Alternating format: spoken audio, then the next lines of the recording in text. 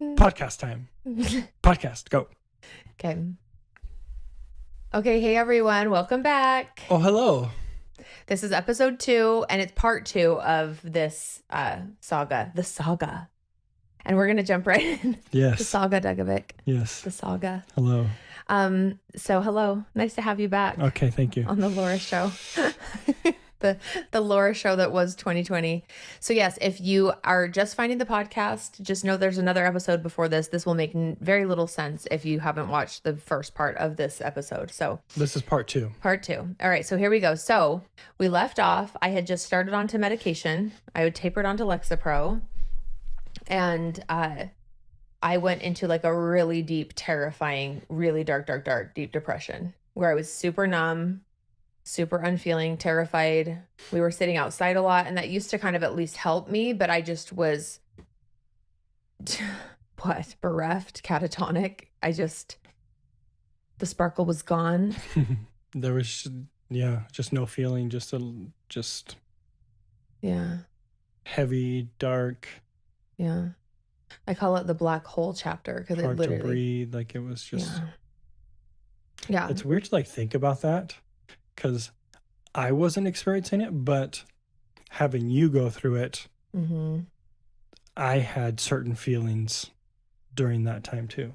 Yeah. Which is weird, because you can go outside now and like feel a certain way, but during that time, because you were feeling a certain way, like it was very, like everything I was saying, like heavy, hard to breathe, was like my feelings, and I'm sure you were feeling different than that, but that was how I was feeling. Yeah.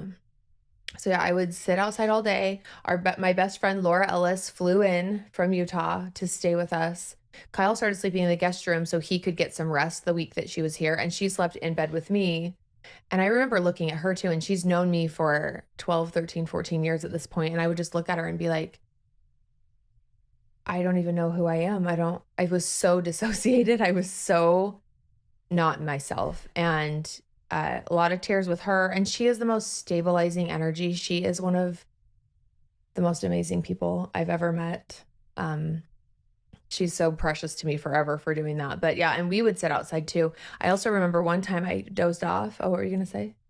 I was just going to say that this was her second time coming and staying.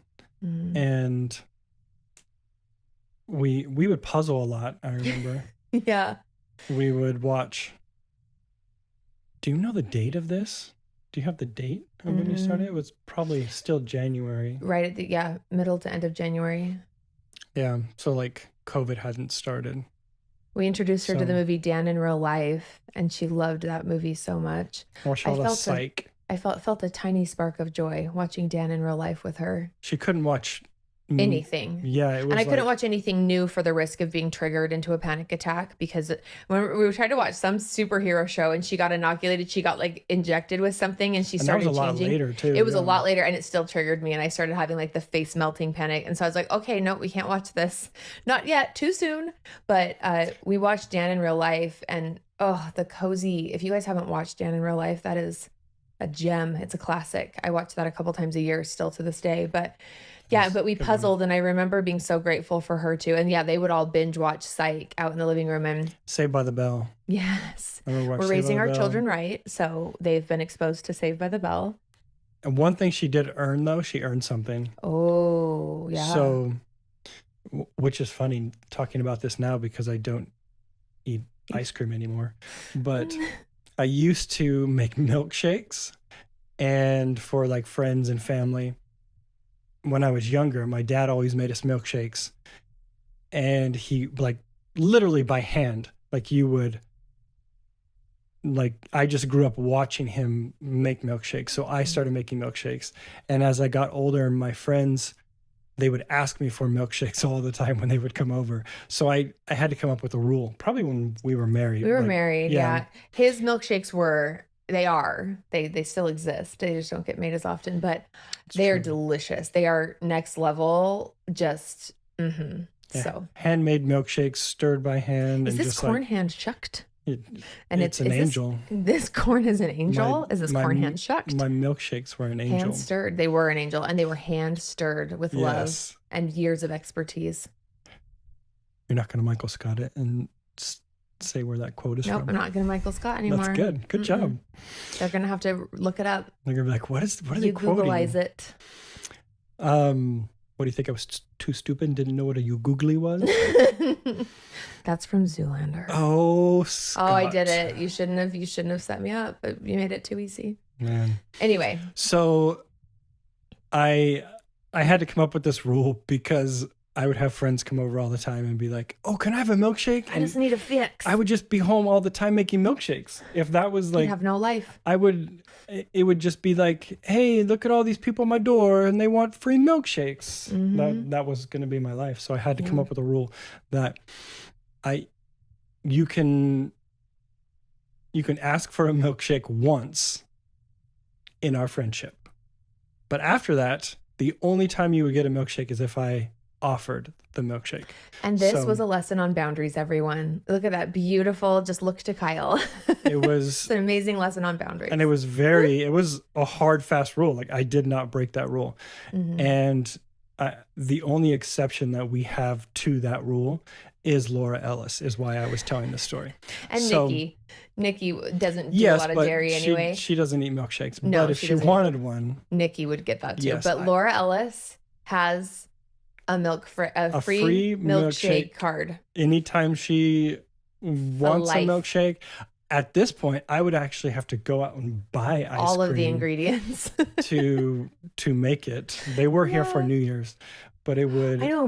By the way, we need to make a special note of that. Whenever we get together with them, I think we need to pick the stuff up at the grocery store and we need to make her milkshakes whenever we're in town. Because we also live in different states. So, anyway. She just needs to know if she wanted a milkshake that she could ask for. And then I would take the extra step of actually going to the store and buying it, not just making it. Well, she always wants one. So we need to just assume that. Maybe. Yeah. Maybe. Yeah. Okay, that's taking too long. We got a snippy. Let's go. Sorry, everyone. Sorry, this is going to be a 5-hour podcast. Like it's what? not. Keep listening, I promise. Remember, speed it. We need to do it at every beginning of every episode. Friendly reminder, 2 times speed. This is half as long. Or maybe with you, like a 1.25 maybe, or 1.5. I know, they're not gonna, I'm speaking pretty slowly.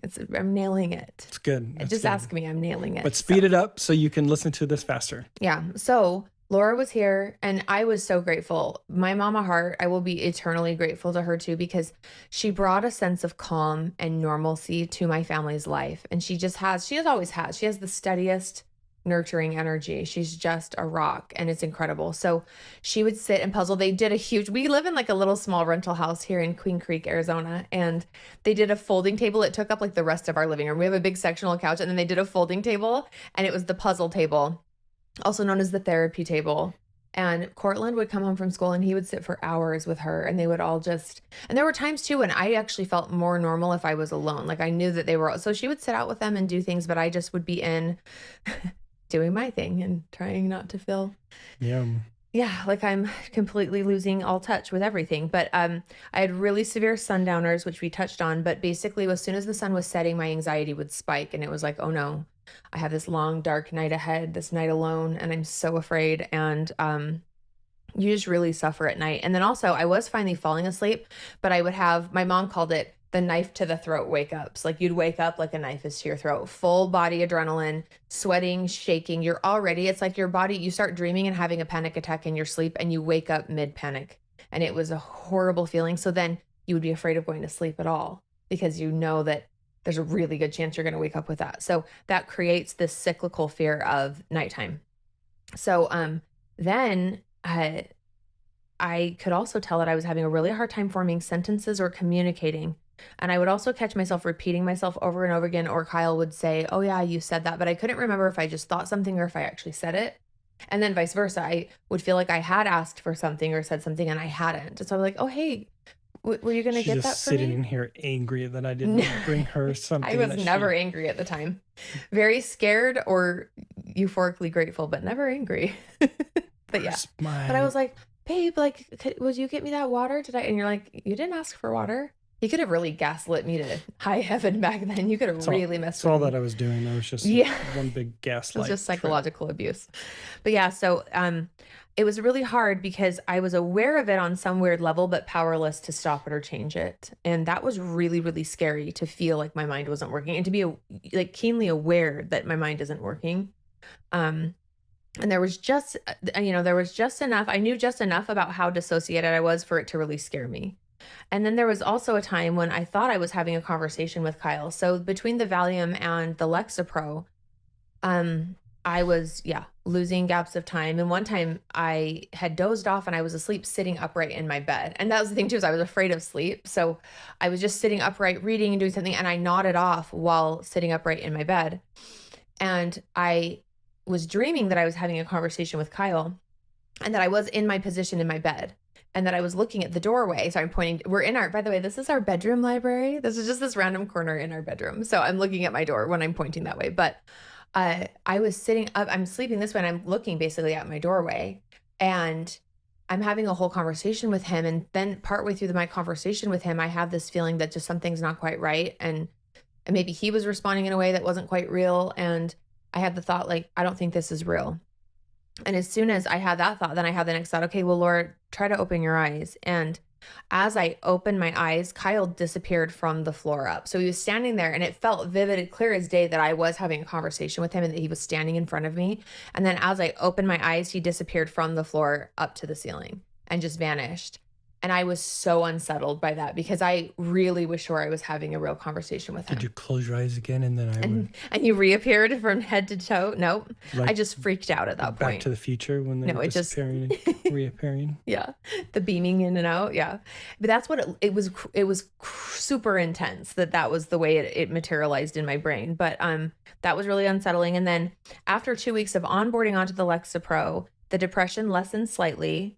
But I did have terrible insomnia and I basically still felt anxious all of the time. I would still get panic attacks. They didn't seem like they lasted as long. It felt like we got a little bit, but it didn't really improve, right? Yeah, it didn't do what we'd hoped it would do. Yeah. It certainly didn't do that. Then, so I at least stabilized, right?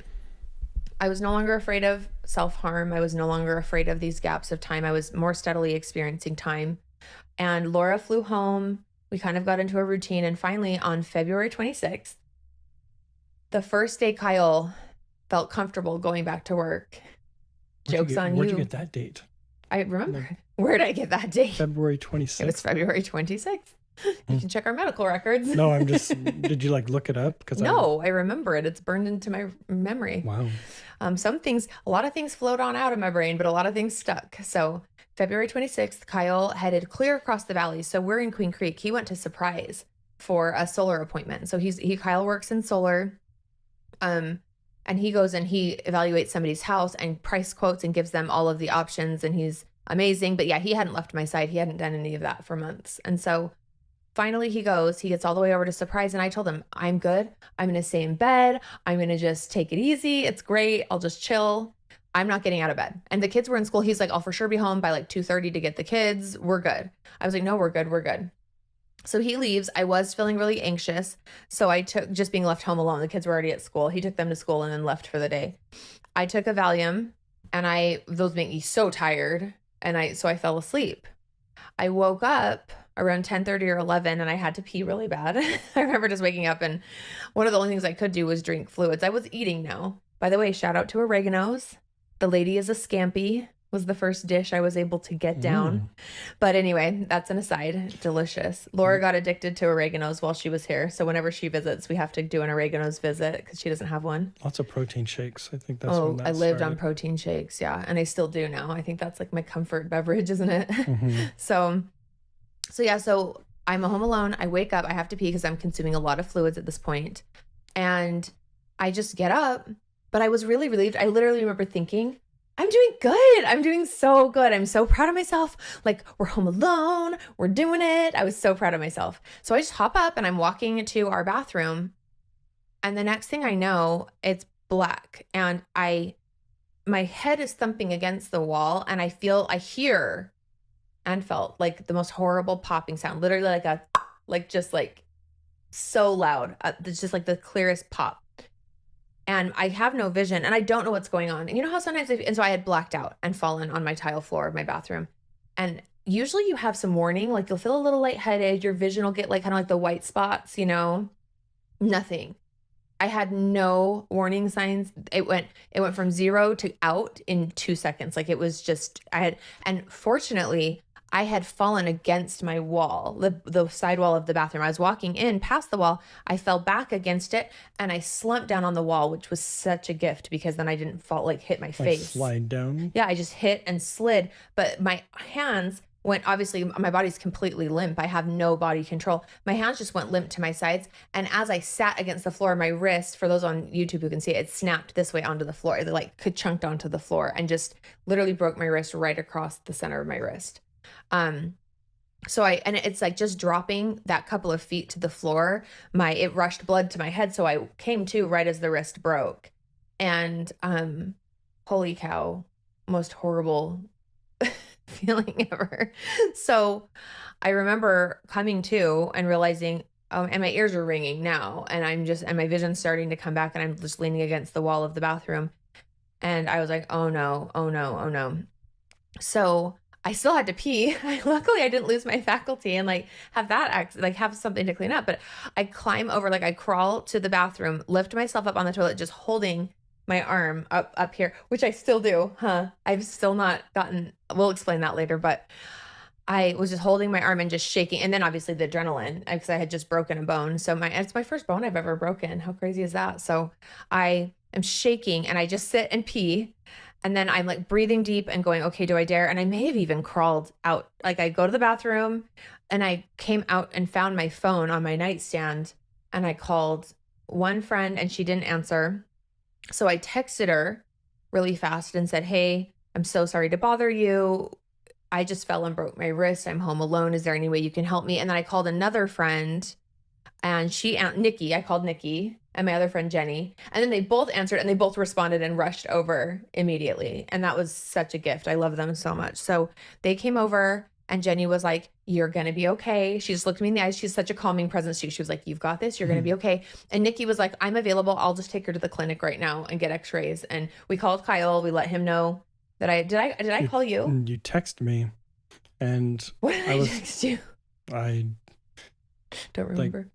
I blacked out and I broke my wrist, but you actually, something was off because you voice texted or something and it didn't make sense. And I was like, what happened?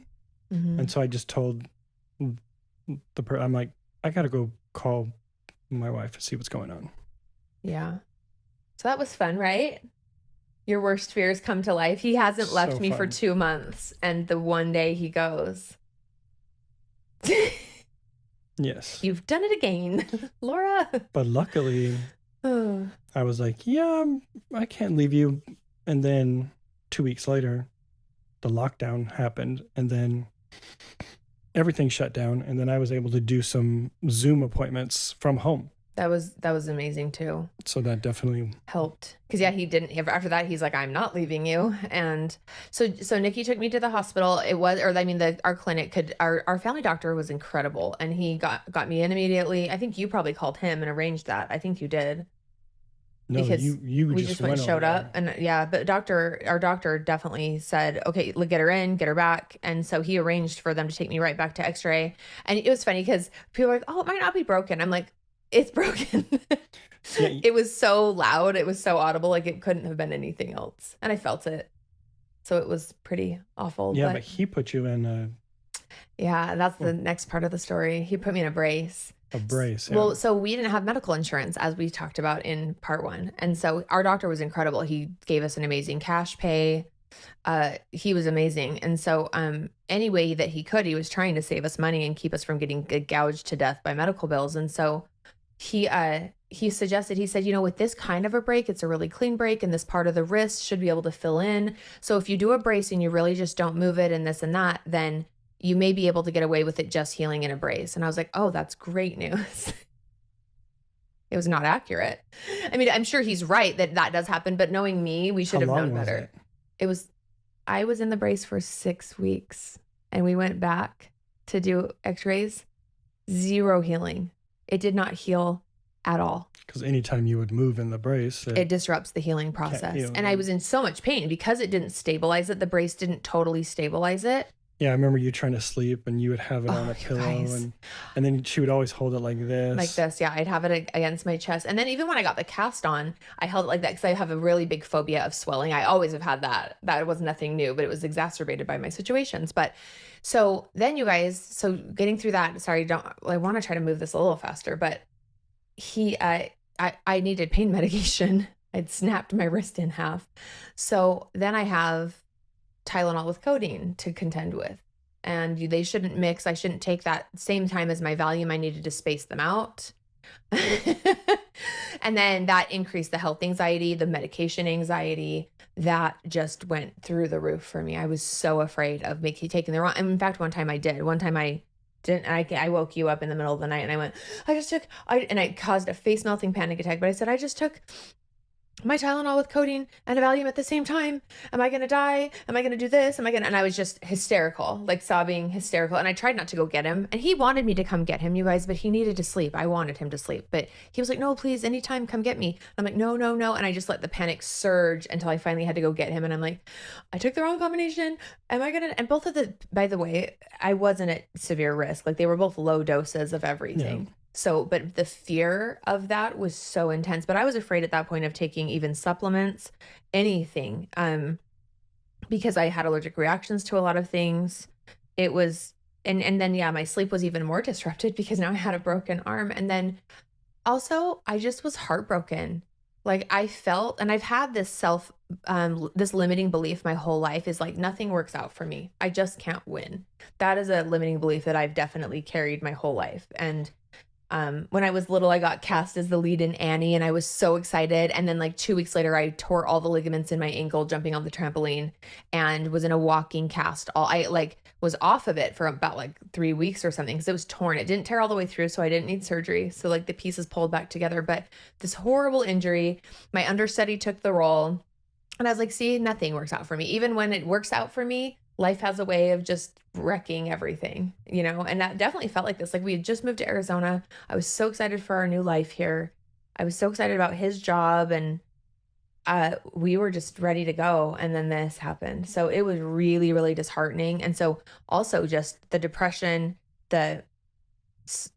feeling really sorry for myself too, just feeling defeated as you could possibly be. And I can't sleep and I'm trying to work around this brace. Then we go 6 weeks. And still, the depression, the anxiety, it was so all-encompassing. And now we add physical pain to it. And I go in for x-rays. It hasn't healed at all. So at that point, our doctor said, yeah, we got to put you in a cast. And I'm so sorry. So that was like $1,500 out of pocket, which they even still, I think, gave us the best deal they could possibly do. I don't remember what yeah, but it was a different doctor because our doctor's not an osteopath, you know, but like it was. And the coolest cast though. Oh, you guys, I had the best cast. It was crazy. I blacked out when they put it on and I blacked out when they took it off, but it was amazing. All the in between was majestic. It's one of those moldables, like they microwave it. And so it's all soft. Then he slides it onto my arm and mash. And so it was totally waterproof. I'm a tubber, huh? I take a hot bath every night with Epsom salts. I have a whole routine and I have for years, the whole time we were in Vegas. You guys, by the way, if you're over 40, there's almost nothing that a hot Epsom salt bath every night can't cure. My health has just skyrocketed ever since I've made a hot bath part of and you know, they talk about that, the sauna, cold plunge, those types of things. A hot bath can be a replacement sauna. So I would take a hot bath every night and this cast was so amazing because it was basically just like this rubbery plastic and it really molded things. And I'm like, oh, is this how it's supposed to feel? Did he cool it when he got it on? It cools itself. It just starts to cool down and it solidifies as it cools and then it's locked and loaded and it doesn't move, but it's totally waterproof. It was the most incredible thing. And yes, within 6 weeks, it was healed completely. But you guys, that meant that my healing time was 12 weeks instead of 6. And my hands, I couldn't close my hands. The ligaments across my knuckles had retracted and shortened to the point where when I would try to close, like this is the one fist and this was my fist. It was so tightened that I had a arm donut. Was really skinny and my arm was tiny. One of my best friends in Utah who was battling breast cancer and we were both in the thick of our own chaos. She laughed so hard. I will love Amy forever. She said, It does look significantly diminished. I held my 2 hands up and I held up the arm that had been broken. And she was literally laughing to tears. And she's like, I'll admit it looks significantly diminished. And I loved that word or that phrase, significantly diminished, because it looked like alien. It looked deformed. Just a bone with some skin bones. stretched across it. It was pretty gross. That was my leg when I had a really bad leg too. I've just had the funniest stuff, but I'll tell that story too sometime. yeah, that was a good one. But yeah, so that was horrible. And so just one thing after another, and I just felt like this is our new normal. And then that's when I became completely agoraphobic. Couldn't leave the house. I couldn't drive a car. Couldn't drive. And then it got to where I wouldn't even leave the room, right? I'd come out and try to watch a show with Kyle and the kids, or even try to just be out there, and I would trigger into a panic attack and have to leave. And then I would associate the panic with being in the living room. So now I can't be in the living room. And the kids, there was like months where the kids couldn't come in. It was just like, come in and say hi, and then Yeah. I can't imagine what they thought. I know. Because I would tell them like, Mom's not feeling well. All the time. Yeah. And they know, and I tell my clients this all the time. As I started coming through the fog of it, I did have the intuition one day to have the kids come in, and they came into it was my room because Kyle was banished to not banished, but he was off in the guest bedroom. But I had the boys come in, and I looked them both in the eyes, and I just said, I'm not okay, but I will be okay. I'm not okay. I'm not going to gaslight you and be like, everything's fine. What? We're fine. We're good. We're good. We're good. I'm not going to do that to you, but like, I'm not okay, but I'm going to be okay. I promise we'll be okay. We're going to get through this. We're going to get answers. And they were really teary, and I was really teary. And I just was like, and I just want to say to parents, if you're going through something, your kids know. So to the degree, we don't want to dump our problems on our kids. We don't want to, make them be the adult in the room. No. But conversing and communicating in an open way, in an age appropriate open way, I think is so powerful for our kids because they know something's wrong. So I feel like their souls, their little bodies just breathed a sigh of relief when I said that. I said, I'm not okay, but I'm going to be okay. I'm going to fight this. We're going to get through it. We're going to keep finding answers until we find the right answers. We're going to keep searching and keep healing. And they both were like, okay. And Court's so cute. Cortland is our happy-go-lucky kid. And he's like, I know. No, I know. And I'm like, good. No, I know you know. But I just wanted to look you in the eyes and tell you, I know that this has probably been scary and weird. So yeah. But everything was a trigger. Taking medication was a trigger. Taking vitamins was a trigger. And here's the thing, like we alluded to in the first episode, but it's like, it's important to know that like we were treating my brain for something that was going on in my adrenals, and that's a disconnect. That's problematic, right? And so it's so important that we increase open and shame-free conversations around mental health, but I also think it's important that we really start treating the body as a whole health organism. And thyroid dysfunction, overproduction of estrogen, adrenal failure, all of these things and many more can cause anxiety. They can cause depression, and it can look and sound like mental health issues, but they're physical health issues, and they're just different organ issues. And so I don't even like the term mental health because I think it gives the impression that brain health is separate from the body's health. And really, brain health is directly connected to so many parts of body health. And we still need to have the right medication for the right problems. We're not anti-medication, but it's important to acknowledge that I was on the wrong medication for the wrong problem. And we figured that out much later. So back to the story. After several months of suffering, were we in April, May? Well, yes, it was like April because I still had my cast, and our friend reached out, and we had said on social media, hey, we don't necessarily want recommendations.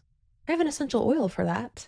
She just needs lavender oil and all will be well. Like we don't, and we also don't have the money to try every single modality. I'm sure there are tons of modalities that could help, but we were trying a bunch of different things and they're not working, and we're just hemorrhaging money and writing checks trying to find someone that can help us solve this problem. Or we would have to do one thing at a time because that too. We couldn't have like different things so we know what is doing what. Exactly. And we made that mistake a couple times of taking a bunch of medications and then I'm reacting to something or supplements. But now we don't know what supplement I'm reacting to because we introduced 3 new supplements. So we had to learn that the hard way of like one thing at a time. So that's a really important point that we want our listeners to hear is it's important to introduce one thing at a time and notice how it affects you. But also it just was overwhelming. And then you have the anxiety. I had anxiety around everything. So going to a new practitioner, going to acupuncture, like you mentioned, and then I'm panicking that night. Did the acupuncture shake something loose? Did it cause a new problem? It was like always so scary. So that was really hard. And a friend reached out, which we will forever love him and adore him and be grateful for him for.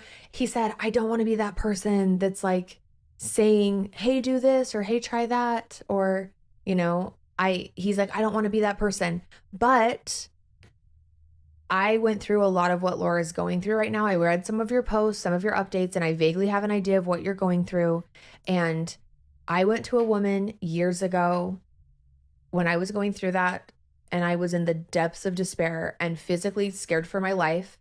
He said, and in just a couple of sessions, she completely changed my life. She saved my life. And he's like, I could not believe this. And he's such an accomplished, intelligent person that we were like, what? Okay. Yeah, we never think that. You would never think he'd gone through this type of thing.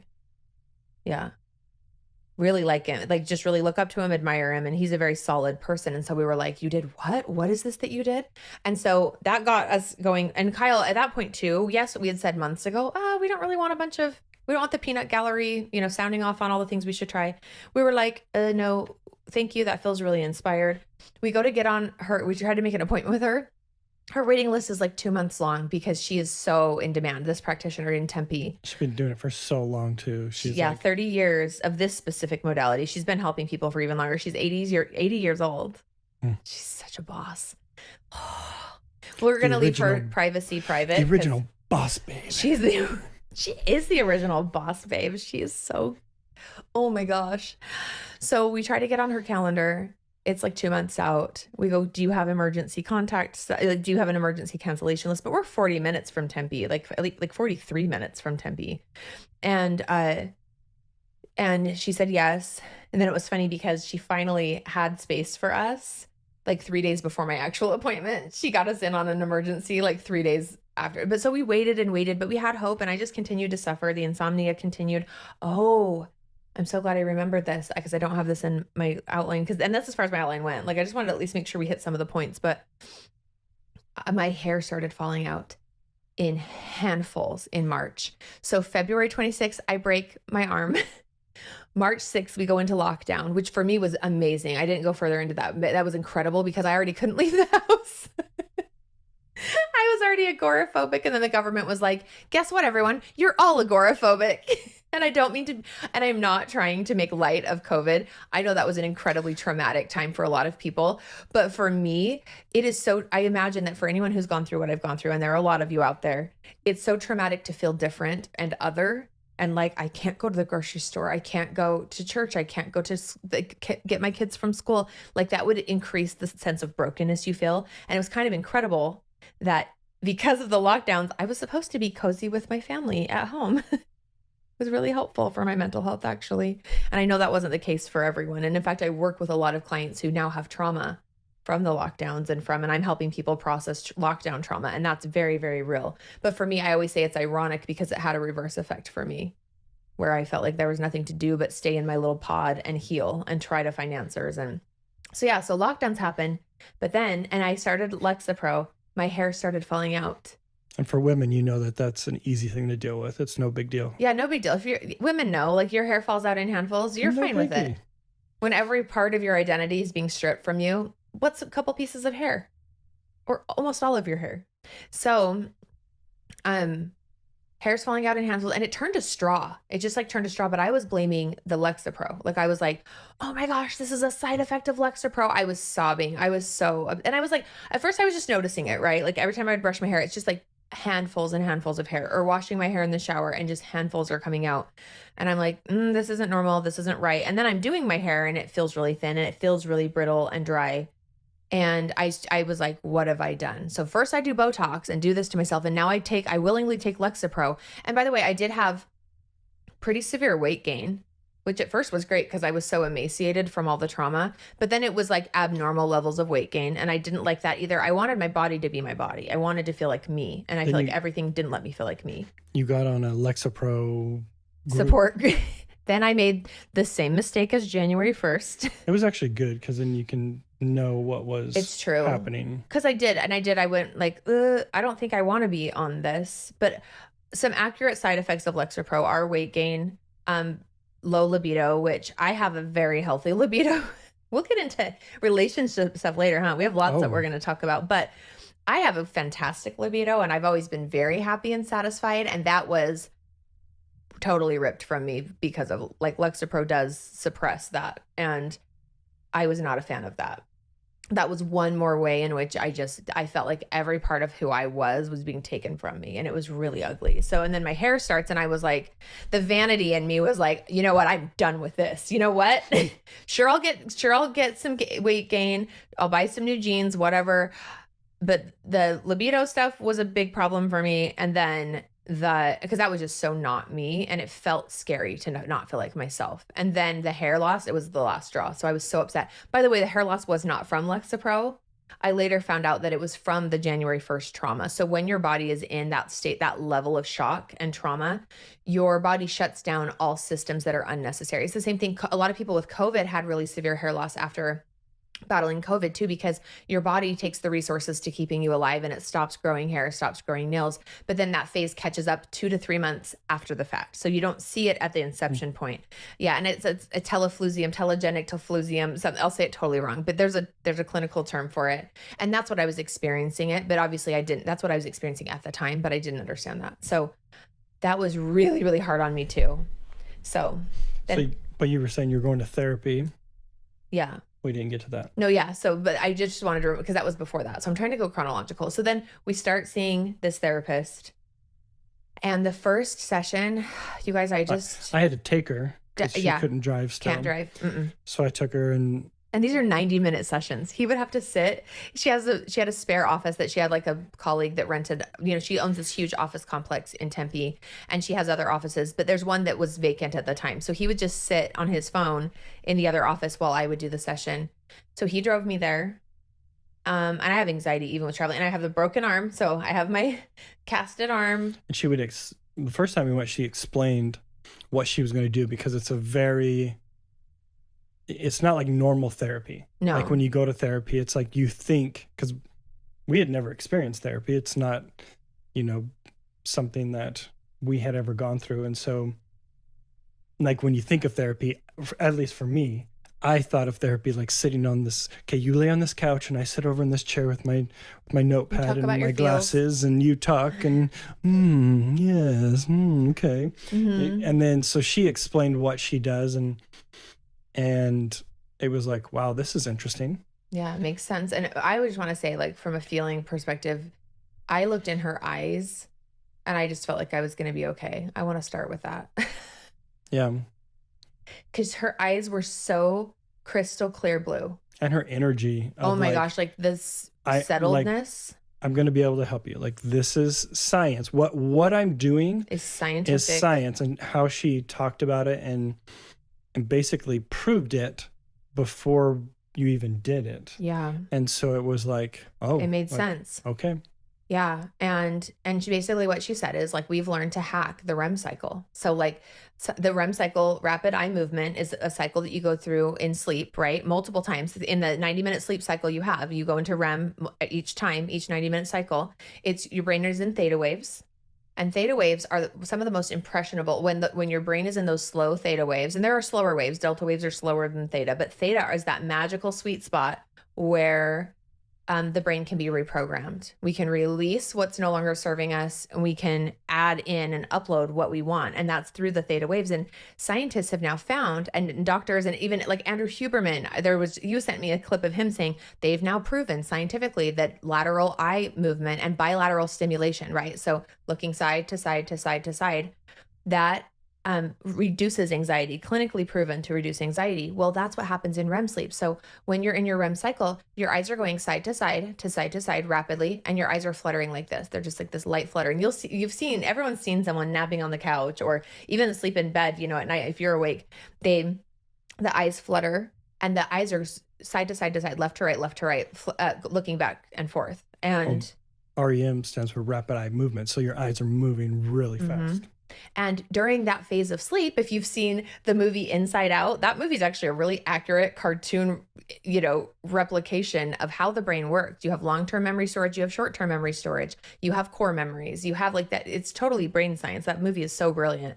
But basically we can mimic the REM cycle. And what you're doing in that sleep cycle is you are reprocessing your day. You are going through the events of your last waking period, and you are reprocessing that, and your brain is storing it. So your brain is going, okay, what did I eat for breakfast? Doesn't really matter. It's not pertinent to my survival, so it's way back in the storage. Oh my gosh, I almost got hit by a car. Front of the storage, like this storage filing cabinet open right in the front, right? It's like us old timer. Like, so people our age, we were newlyweds when 9/11 happened. And I remember exactly where I was. I remember every part of that whole morning. When I woke up, Kyle came in and turned on the TV. But where were you 8/11? Yeah. Like, nobody can remember that. Yeah, like August 11th, where were we? No idea, because there wasn't a core memory happening that day, right? We called the vet to see if we should still bring our cat in because Binks was getting neutered that day. So we were like, are closing up shop? Is like the world was kind of shutting down a little bit because we didn't know how many other attacks there would be. It was a very real, visceral, and I remember step by step how that morning played out, but I don't remember even September 12th or September 10th. Like, don't remember.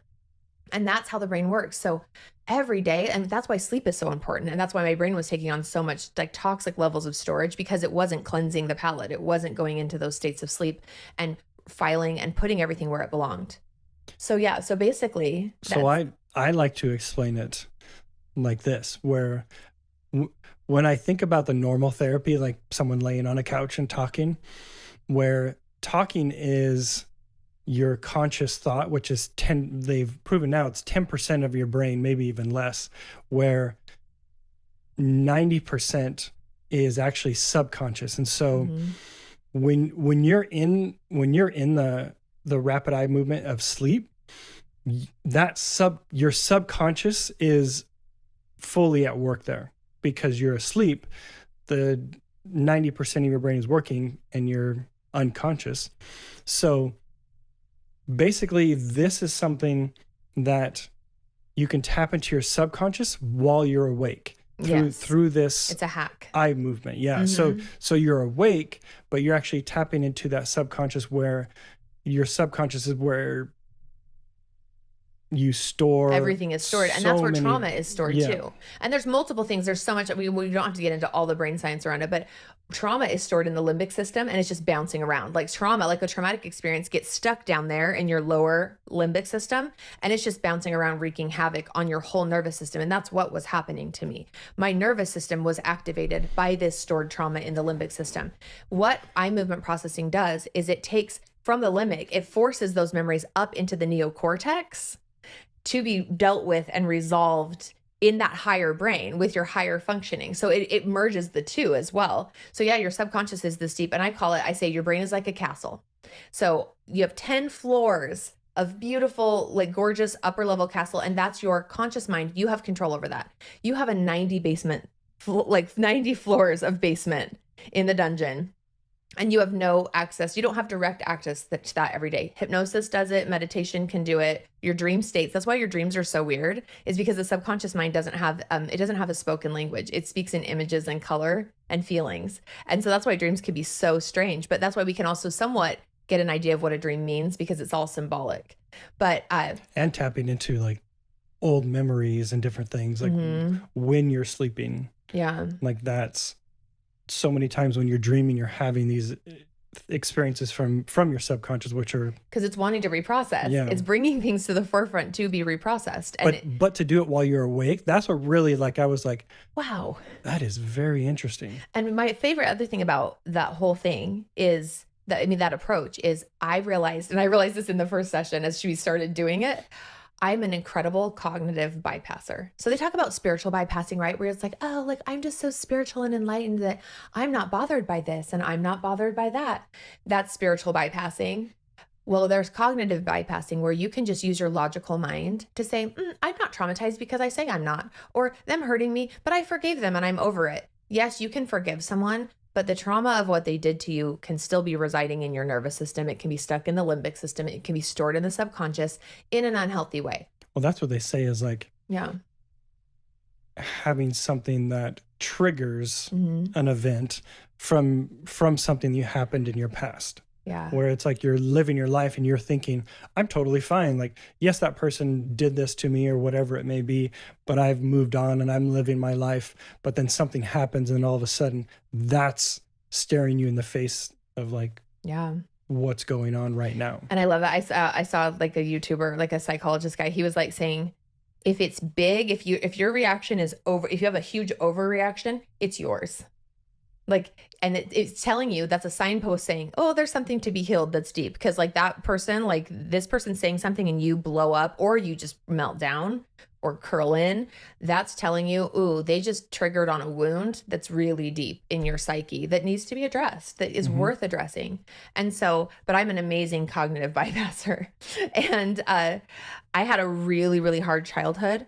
Love my mom and dad, love my brothers. We're all good now, but we all had like raging ADHD, impulse control issues. We had a very violent upbringing, and it's no joke. My parents still, we all laugh about it now. Not violent from our parents. No. Just with each other. My parents were traumatized. My parents were like, what is wrong with you children? You're like crazy. Children fighting. Yeah, infighting with my siblings. And we were all really close in age. Like my oldest brother's 15 months older than me. Then it's him, then 15 months later, me, then 18 months later, the next brother, then 24 months later, the next brother. Just boom, boom, boom, boom.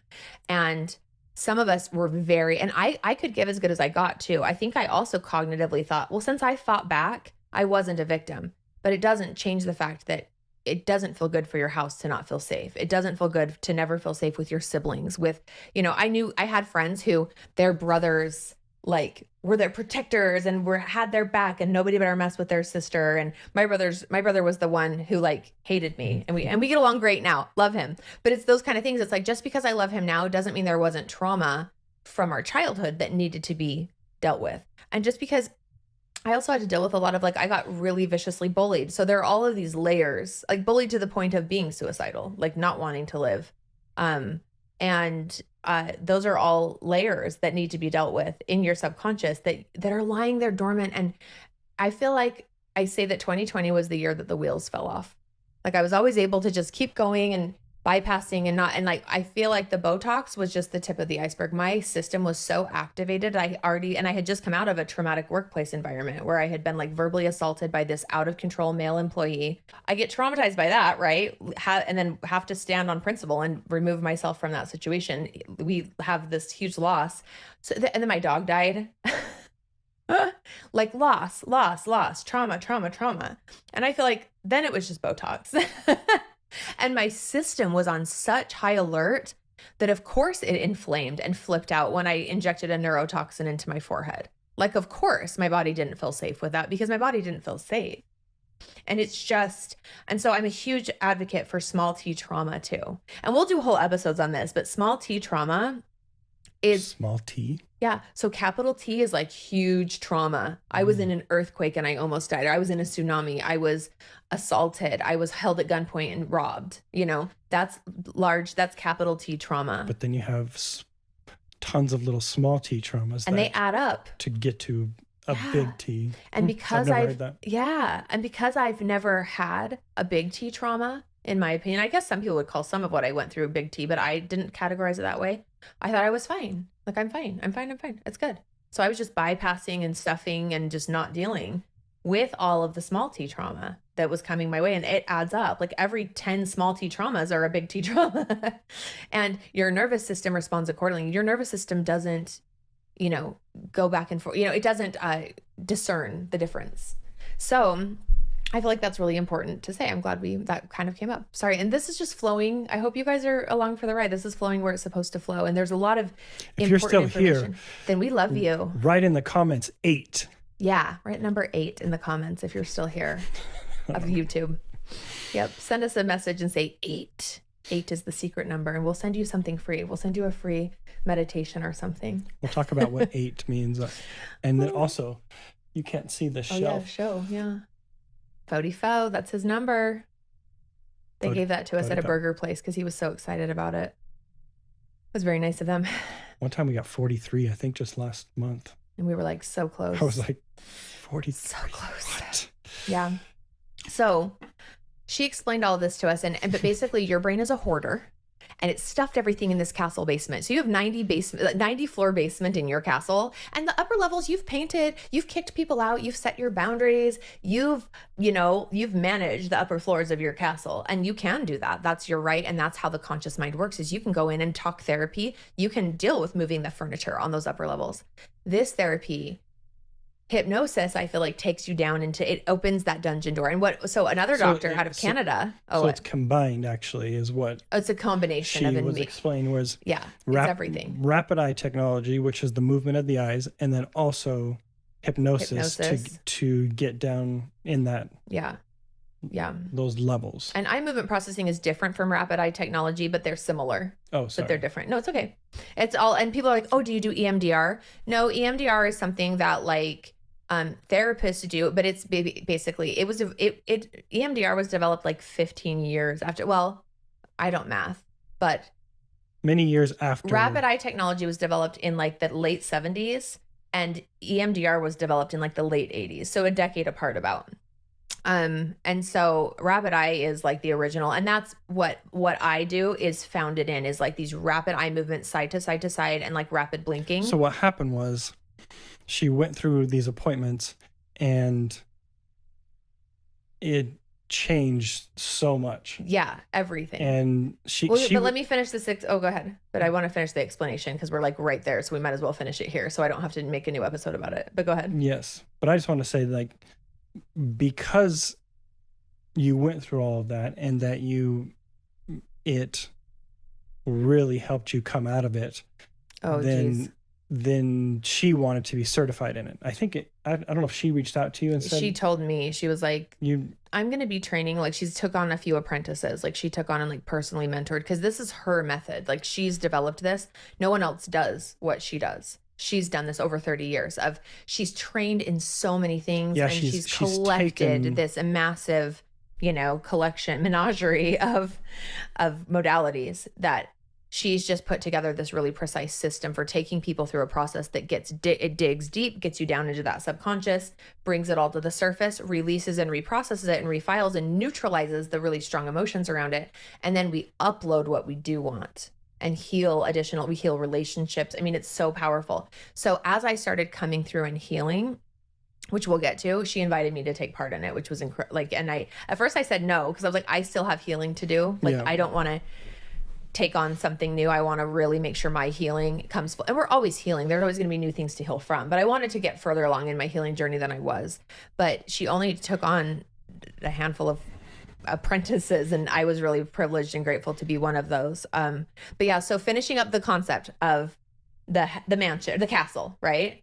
And I have a video on becausetheworldneeds.com. There's an amazing video posted there that teaches this with a visual. It's really fun to watch. It's also a fun thing to watch with your kids, like, so they can start to learn how their brain works. Like, having really good dialogues with our kids, our teenagers, helping them understand how their brain works is so powerful. Like, it's just, oh my gosh, like, you're giving them tools for life. But anyway, but Dr. Russell Kennedy, he's a Canadian psychologist. He says that you have the amygdala, which is the emergency center in your brain, the alarm center of your brain, and your ego dragon. He says the amygdala has a large part in forming the ego dragon. Your ego is your healthy sense of self and separateness. So a healthy ego is, I'm Laura, this is Kyle. If I think I'm Laura and Kyle, we have a problem going on, okay? We have some disordered thinking. That's a split personality. Correct. And if I think I'm 10 people, then it's a multiple personality, or dissociative personality disorder, as it's now called. But so your ego is necessary, and your ego is your healthy sense of self.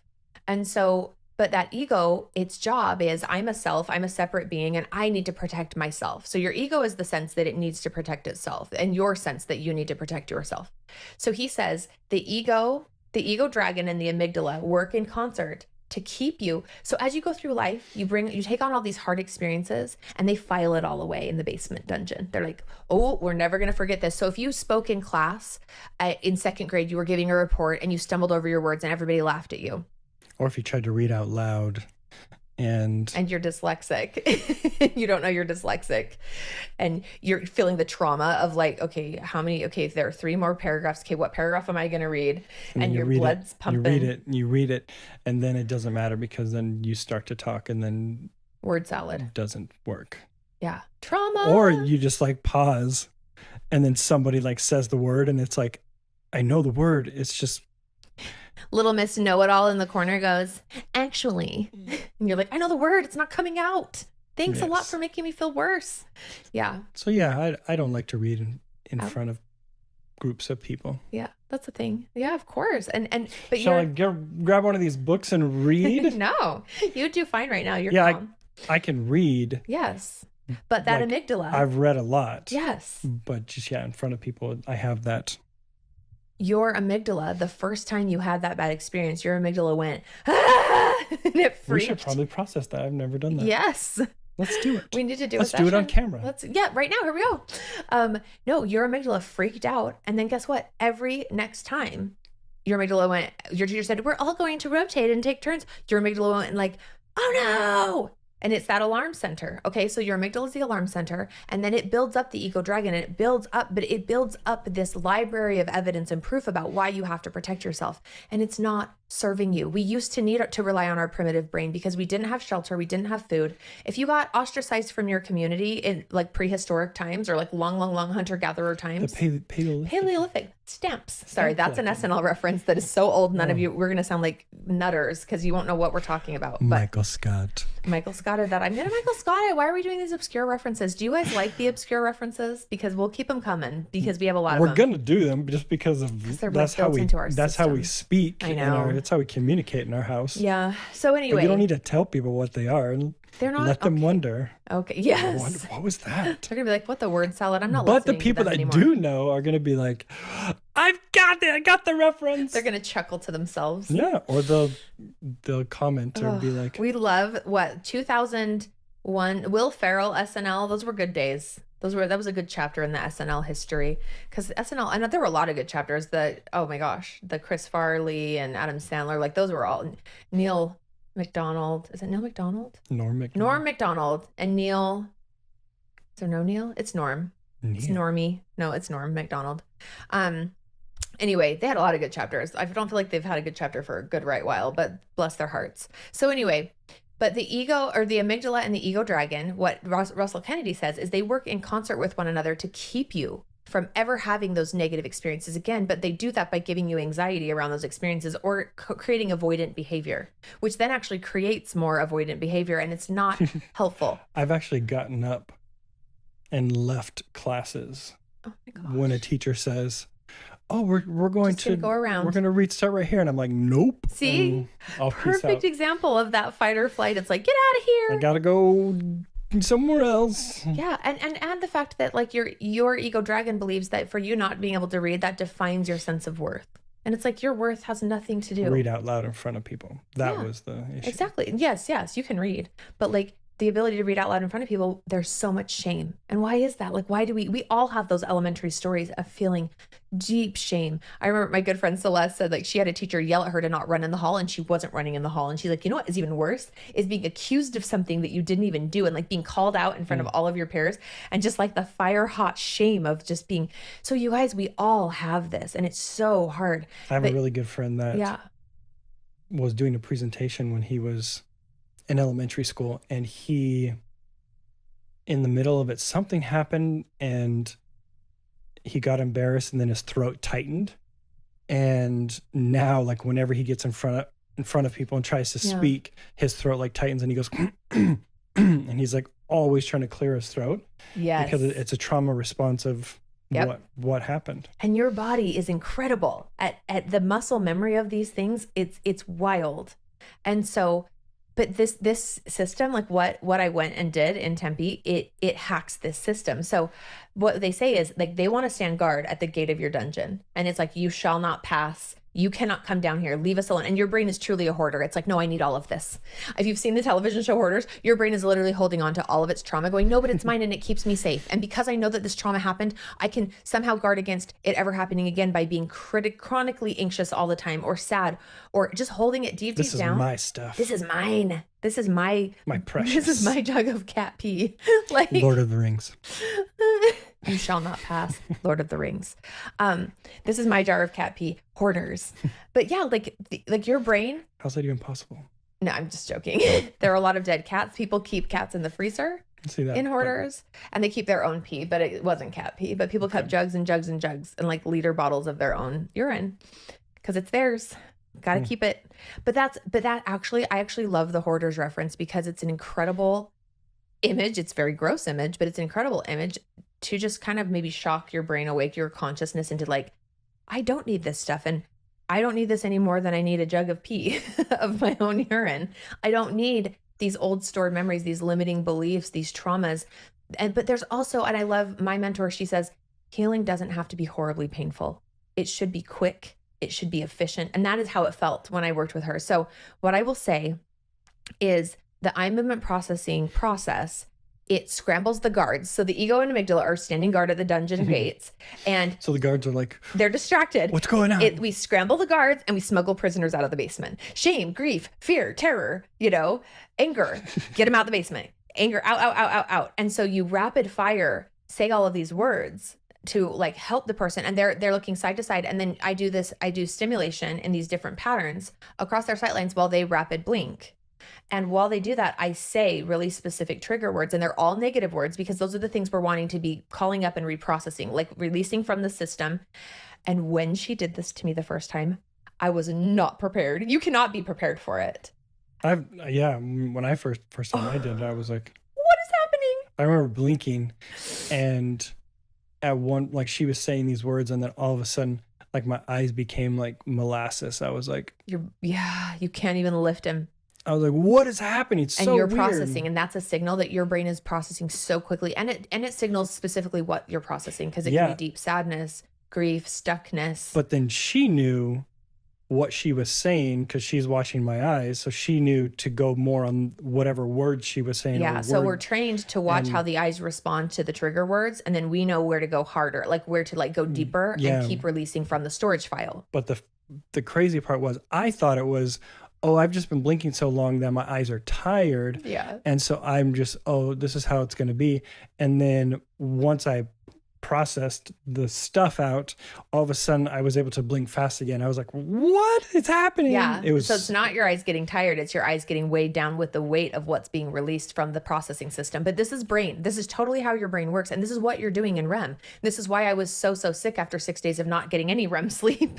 It's really hard on your system because the system needs to offload. But this is this very calculated, intelligent, scientific way to help the system offload in this beautiful. So when I first did it, and so you do hypnosis, and hypnosis is not, you're losing your free will. Stage hypnosis is so silly, you guys. It's not real. Or what you see on movies. It's not. Bark like a dog and do something later. That's not hypnosis. Hypnosis is literally the act of slowing down your brainwaves and getting very, like closing your eyes, going within and getting really intentional about being in your inner world. And that slows the brainwaves and it allows you to access that storage unit, that huge hoardy storage unit in the base of your skull. Okay. And so I went in, I accessed like a stored, fear. And then I brought that like to the surface. And then we did the eye movement processing portion and I'm blinking out. And as she's saying these words, I felt like my eyes were vomiting, like hemorrhaging emotion, and not in a negative way, in this really freeing way. I was like, it bubbled up in me. And for me, there was a lot of anger. And I feel like I am a really loving, happy-go-lucky person. And so I feel like I didn't have a really good relationship with my anger. Like I didn't acknowledge it or realize it was there because it's not first nature to me to be angry. But what I've learned now is anger is a critical, crucial emotion. And it's something we all feel, and for good reason. Anger is showing up to tell you a boundary has been crossed.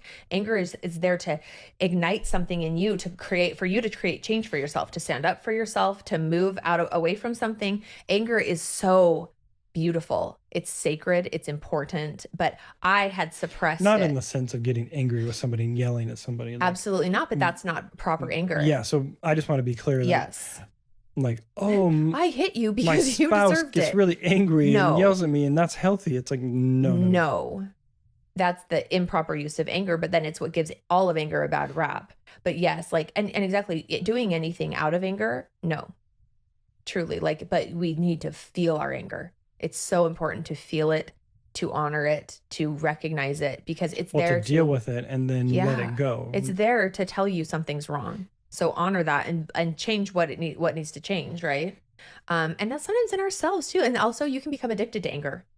Your brain gets addicted to different emotions, and anger releases certain chemicals, and your brain just likes to have those chemicals at a certain point. It thinks that's the way of life. So you may, if you have anger problems, you may find that as you go forward into life with the intention to be less angry, and this process definitely helps with that, you can learn tools to process it healthily and then own your own stuff too, and notice when your body's just looking for a hit. So you're looking for something to be mad at so that your brain can feel those feelings. And so it's really, really powerful. But I had it bubbled up in me, this huge release, and then a lot of anxiety and a lot of panic. So I experienced a lot of panic, like tingling in my whole body while I was doing the eye movement processing. And I started to kind of panic, like, oh no, I'm having a panic attack. But I felt like this really deep peace inside of those panic emotions. Like I felt in my seat. I felt in control, even though normally with panic, you just start pushing back against it and kind of breathing away from it and wanting to get away from it. I felt centered in it, and just like it was transmuting, it was moving through my system and leaving my body. And so I felt in control, and I just kept blinking through it, and it neutralized. So I always warn my clients too, when I have a first time client who deals with really severe anxiety and stuff, I always warn them, like, it's normal for these emotions to come up and come out, but you will be in control. You'll be in your seat, and the blinking, the rapid eye movement and the blinking will offload a lot of that, and will offload it faster than you can even believe. So then, oh yeah. So I had a thought of like, yeah, I wonder if we need a part 3, because like talking about you getting better through this and weaning off the medications and then like being able to drive. Yeah, it probably will be a part 3. Okay. What time is it? I can't see that far. 4:16. Oh, we have time. Let's see what we can finish. Hour 12 right now. Yeah, we're good. Okay. I feel like we're good. Because people can pause and stop. By the way, let's stop hating on long form podcasts. I love them. And you can come back anytime. Like if now is a good time to take a listening YouTube like break. saves where you're at. There's a little red line at the bottom. Yeah, it saves where you're at. Like let's just because my practice is so busy. His practice is so busy. We have to take this and run when we can do it. So I say we're on a roll. We're doing the thing. But I didn't expect us to get into eye movement processing like we did just now, but it was meant to be. So let's just go. But yeah, so I had this flood of emotion, this huge release, and tears too. Like I cried. I ugly cried. I always tell my clients, and not everyone does. You can process. He doesn't cry in his sessions. Like we do sessions, and he just processes. Your brain is delete, delete, delete, upload, upload. Your brain knows what to do. It doesn't always have to come with big feels, but sometimes it does, and that's beautiful. And I know it did for me. I was a pot boiling over at that point. So I had this huge, like it felt like such a relief, and my brain just offloaded so much. And then she took me through a good visualization process to like upload what I do want to create in the space of like nature abhors a vacuum. You hear that principle in science, and nature abhors a vacuum. So, hey, when you delete all of the crap that you don't want in your brain anymore, take time to intentionally upload what you do want. And that's the last part of the process. So we went through this process. We're driving home. Do you remember what I said to you after the first one? Mm-mm. I remember feeling like elated, really, really happy. I remember you just going like, wow, that was powerful, crazy. Like it was incredible, and so shocked. I nothing could have ever prepared me for what it was. And it was funny because our friend said that. He's like, I know it might sound weird because yeah, I mean you're like rapid blinking and someone's saying all these really rapid words because like the subconscious mind moves so fast. So the facilitator, I'm uniquely qualified for this type of work. It's very fast, yeah. Yeah. But I remember, trying to explain it to anybody, like, oh, you need to come see my wife. Like she does this. I don't like just come experience it because I know it's so hard to explain. And now all of my clients who are telling their friends and family to come to me, they're like, You just have to go. You just have to, it takes a lot to explain it. But It works. this Just podcast go. did a pretty good idea. Like, I feel like this did a pretty good job of giving people an idea. I'm proud of what just happened just now. So I'm really excited about it. So anyway, the last thing, so going home, so we drive home, and that night I trigger into like a massive panic attack, and I'm shaking, and I basically didn't sleep. Called and texted her. Oh yeah. And said, yeah, you reached out to her and said, is this normal? And she said, no.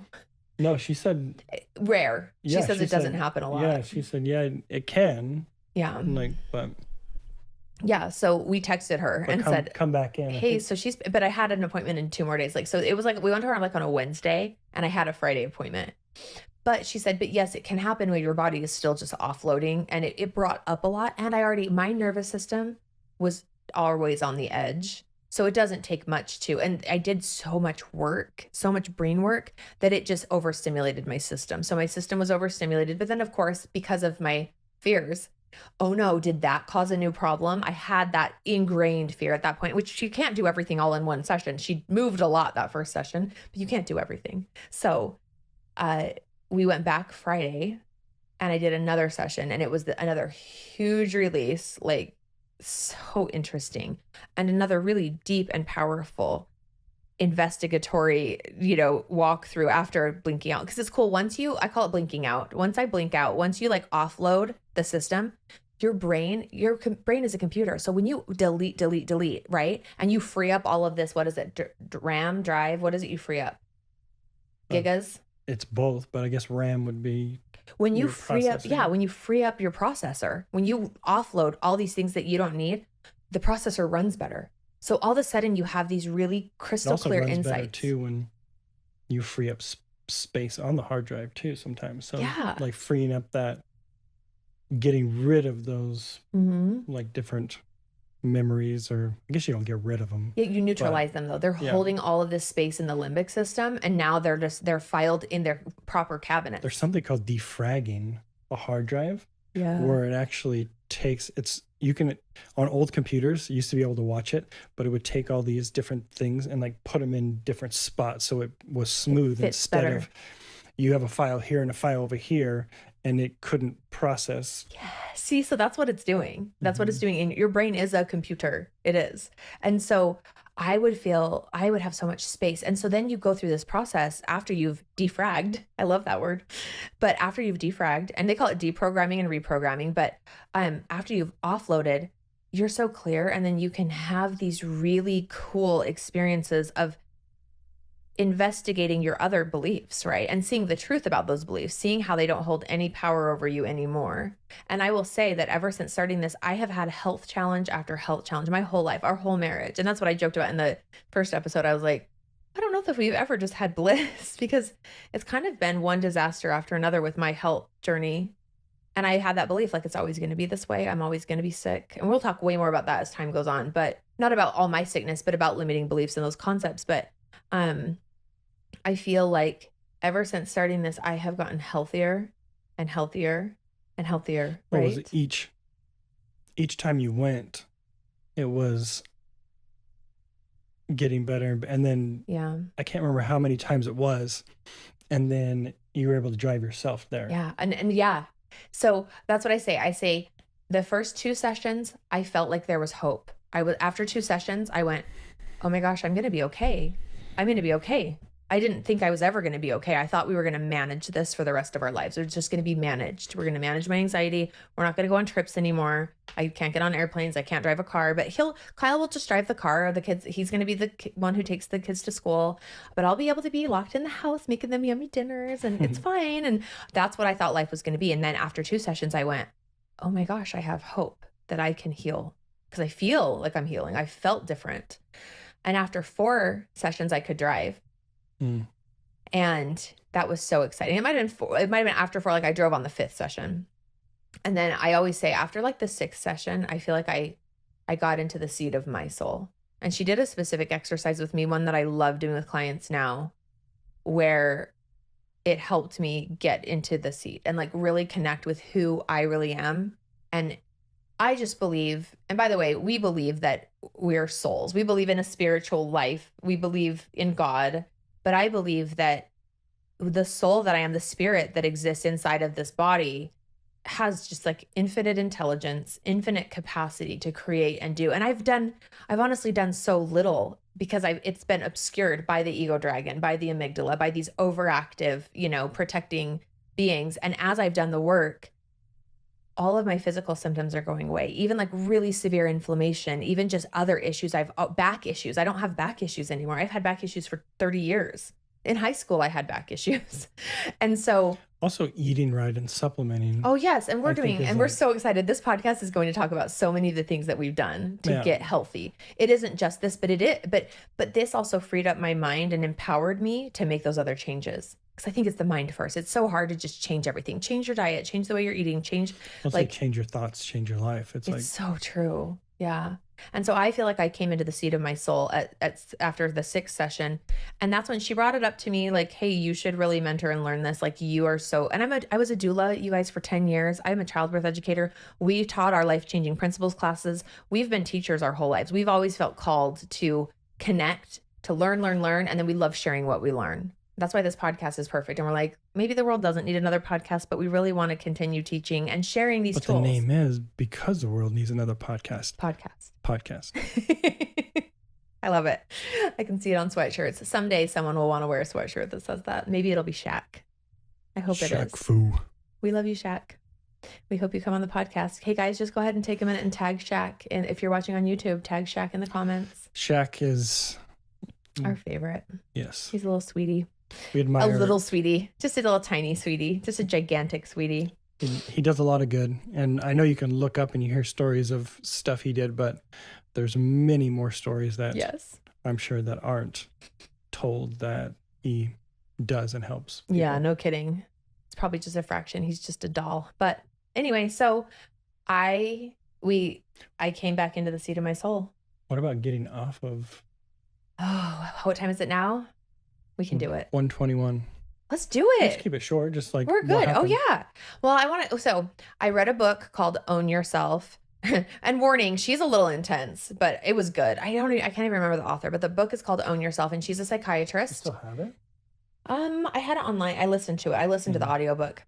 It's also going to be triggering if you are in the depths of panic symptoms, anxiety.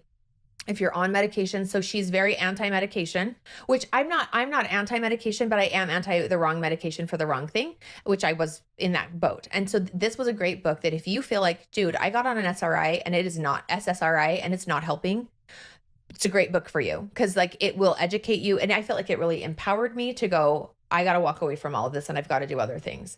But I will say, I don't totally agree with her either. I know people, I have friends who were really struggling. They got on an SSRI and it has improved their quality of life. Like that's just the fact, like significantly. And they didn't have the side effects I have. So to be fair, I'm not saying, what we want is for you to find the right thing for you and to listen to that own inner voice. So many people are on things and they got on things like hoping for something, but it just hasn't. That hasn't been the solution for you. Got there, yeah. And so we want to be tools and a voice for those other things too. Because there's other things which we had no idea about this lady and what she did, and now, man, it's changed a lot. So yeah. So I started tapering. Well, and I also realized I learned about the benzodiazepine forced dependency cycle. So I learned that, oh wow. Well, I can't just stop taking Valium. We talked to our doctor and he gave us how to wean off it. A taper schedule. Yeah. Because if you... And that's on Own Yourself too. And it's really difficult, especially with benzos. Oh, and you can't cold turkey. By the way, absolutely public service. No, you shouldn't. No. You can't. Yes. You shouldn't. Yes, you should not do it. No. It's one of the only things that you can actually die from going cold turkey. Alcohol, if you are severe alcoholic and you go off cold turkey, it can kill you. Your brain can seize. It literally disrupts neural pathways. You can seize and pass away from this earth. And benzodiazepines, you should never, if you have been taking them on a consistent basis, you should never cold turkey benzodiazepines. And I did that, by the way. I took them for 10 days straight. And then I just said, I don't need this anymore. And 10 days shouldn't have caused that much dependency, but I am the canary in the coal mine of the world. So I'm a little guy, my body's hypersensitive, and I feel like my body created a pretty significant dependency on those benzos within a 10-day period.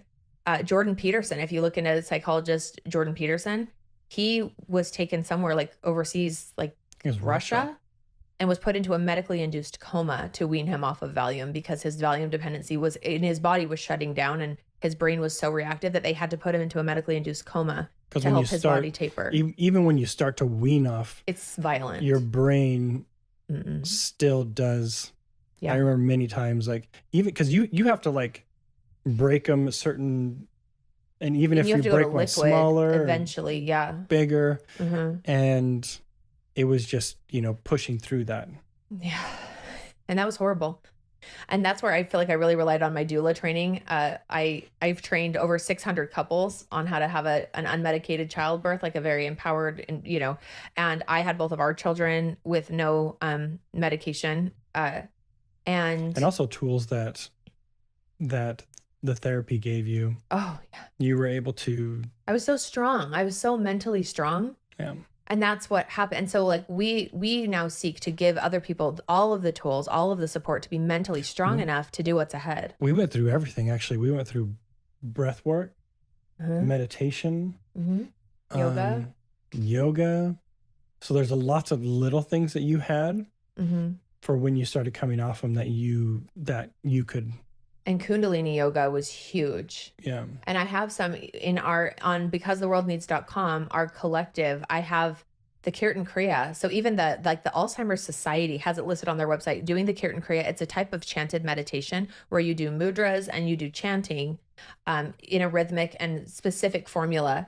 And it has been clinically proven to ward off Alzheimer's and dementia, to keep the mental faculties functioning. So we have resources for that on Because the World Needs, and it's so incredible. There are so many great modalities, but it did take a village, and it took a lot of resilience to dive in, but we want to just say it's possible. And so I started the process of I tapered all the way off of benzodiazepines first, because like the Lexapro was in place then to kind of help stabilize things and keep things calm. And you should only do one at a time anyway. So, but benzos are the most insidious. It's called benzo belly, nausea, vomiting, diarrhea. You get brain zaps. I remember. And that was from the Lexapro. Was it? Yep. I didn't have brain zaps with Valium, but with the benzo and increased anxiety. So I had to just deal with the fact that, all right, this is my brain screaming for a dose of benzodiazepine. I'm not going to do it. So I just have to sit with it. And that's where the meditation, the breath work, I would sit on my yoga mat for an hour and do these chanted meditations. I would sing until I cried. I mean, it was I know that sounds super hippie woo-woo. I don't care. It's your nervous system and this is clinical. Andrew Huberman will say this too. Like if you can't, like when your body feels out of control, the first thing you do is control your breath. And Kundalini meditations and chants and yoga and stuff helps you connect to your breath, which will then send signals to settle your nervous system. And you kept going and processing through different things with the eye movement. Oh yeah, I kept doing my work, and that would offload the system. So my brain was this honed machine that could keep doing this hard work, because it was hard work. It was hard. And I now do that with other people. I'm like the coach that's cheering them on, that's offering them support, that's offering resources and strategies for how they can, and always under the advice of a doctor. Always. I don't help anyone. Their doctor, it's a team effort, but I'm like emotional support. I'm like a doula for coming off of a medication. I'm a doula for mental health and, and mental growth. And so that was really powerful, but it was really hard, really sick, lots of anxiety. And we just kept tapering, and every time. And so you would taper to a certain dose and then stay on that for like a week, and then taper down and stabilize, taper down, stabilize.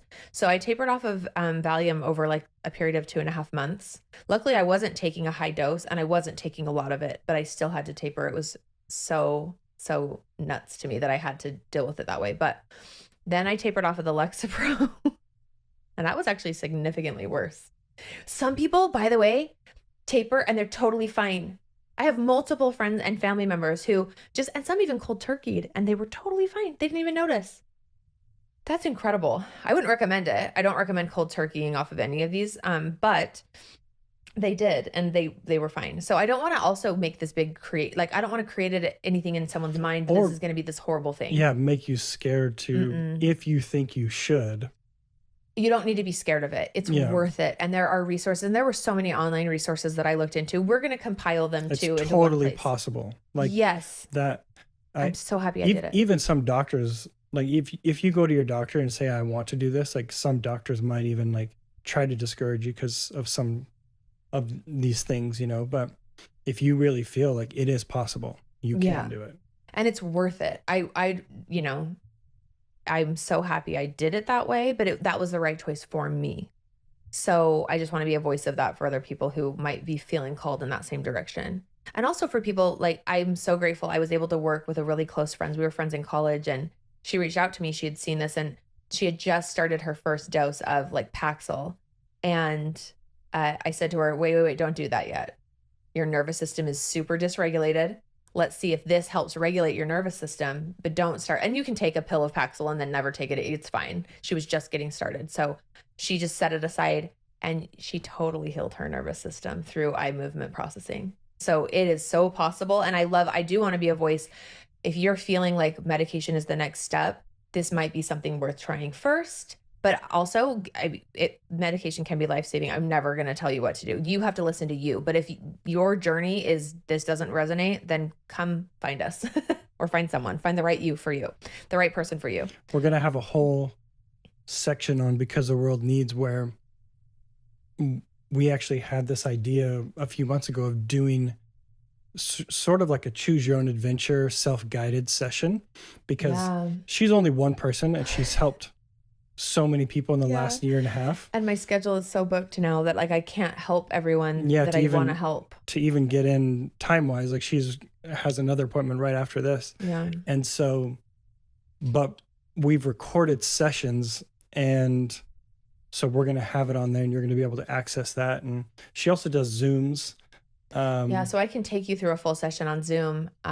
It's all totally possible to do from the computer. It's pretty amazing. But even she's helped so many people too with like just sending them the audios, and they're able to do their own session. We've beta tested it. Tasty. Delicious. We've beta tested this on a lot of people, and on several of our clients. I've sent them audios of me just taking them through a session without me involved. It's just an audio. And they were like, I had the hugest aha, and I felt so much relief. And I was so excited because we want to be able to help more people, and we just know we can't. So there will be our premium subscription it'll be these modules. We call it Choose Your Own Adventure. Yeah.